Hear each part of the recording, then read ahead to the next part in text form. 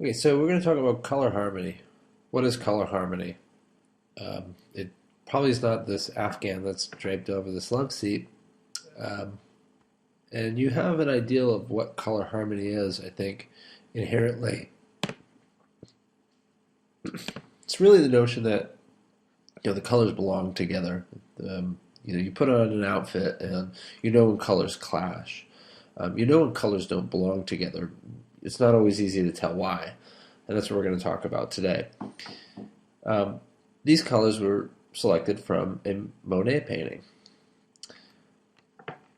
Even these colors seem to go well together. These are taken from this design bureau, um, uh, Karim Rashid. He's an interior designer, and his interiors are really kind of have wild colors. They don't seem like they should work together. But if you were to sample those colors, you'd find that they kind of work together for a reason. Well, we need to know about the properties of color first. And you can see I sampled colors here from really nice colors from kind of a crappy photograph, actually. When we look at them on their own, they're actually quite nice together. Well, what about those properties of color? Hue is the first one. It's basically the name of the color. Is it red? Is it blue? Is it reddish?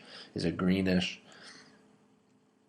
We're also going to talk about the saturation of the color. How pure is the color? So on the left, these are two purples, right? But the one on the left is certainly more purple than the one on the right. The one on the right is duller.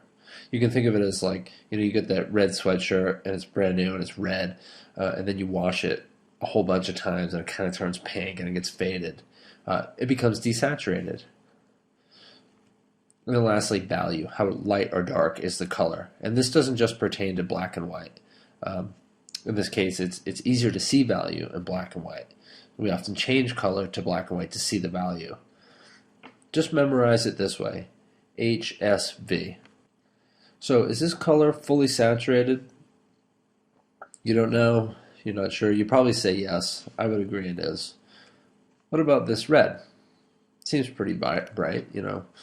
Well, if we double click on it, and in PowerPoint, you can do it this way. You can do it in many ways. You can bring the image into Pixlr or Photoshop and sample the color.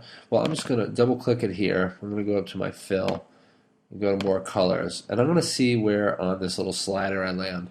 These are all of my colors, but if I were all the way up here, I would be fully saturated for that color. So this little graph, it's similar to a color picker. You can desaturate the color in many ways. So the color that we were just looking at is notably desaturated. It's dark. It's heading towards black. Well, you can also desaturate, if we bring it all the way up to red, by adding white. And that makes pink. So both this pink and this darkened red, which would be a maroon, are both desaturated colors. Not fully desaturated, but they're not fully saturated at the same time. This is a more accurate, fully saturated red. So, is the value? That's the next question. Not how bright or dull is it, but how dark or light is it? And it's really hard to tell, especially, this blue cube or blue square inside of a white field kind of looks dark, doesn't it? Well, if you change the background to black, it would certainly look a lot lighter. Same here. Well, which one of these two is lighter in value? Most of you would probably say the blue is lighter than the red. Well, if you said either way, one is lighter than the other, you're wrong. Actually, if you take both of these and turn them into black and white, or use the saturation slider, you can find that both of these are actually the same value. So let's go to the distribution of colors now. You understand a little bit about hue, saturation, and value, how light or dark, how bright or dull, or which color it is.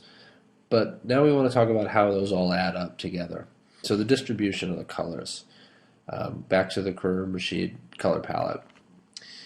We want to understand the distribution of hues, red, red, yellow, green, blue, so on, how many saturated versus desaturated, how many lights versus darks in terms of the value, and also the color temperature. So to start with temperature, we have a warm, we have two cools, and we have a neutral.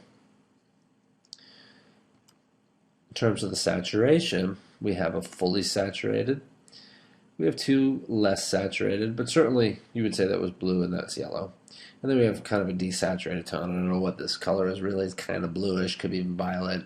It's really hard to tell because it's very desaturated. That's what makes a nice distribution of colors, is you have kind of a variety with a little bit of unity or vice versa. Distribution of values, same thing. You have midtones, you have one light and one dark. So it's just like unity and variety in the first unit. You know, you have a little bit of this and a lot of that. And in terms of value, if you make this in black and white, you have midtones, you have a light, then you have a dark. So ways to determine whether you have a good distribution of value is to use the saturation slider. And in Pixlr, you can use the eyedropper tool to select the color. And then you can use the color picker to figure out whether or not that color is fully saturated, slightly desaturated, or fully desaturated, which would be white or black. This is how you're going to try and determine whether your image has color harmony or a way to create color harmony. You find a picture and you sample a variety or a good distribution of colors within that image.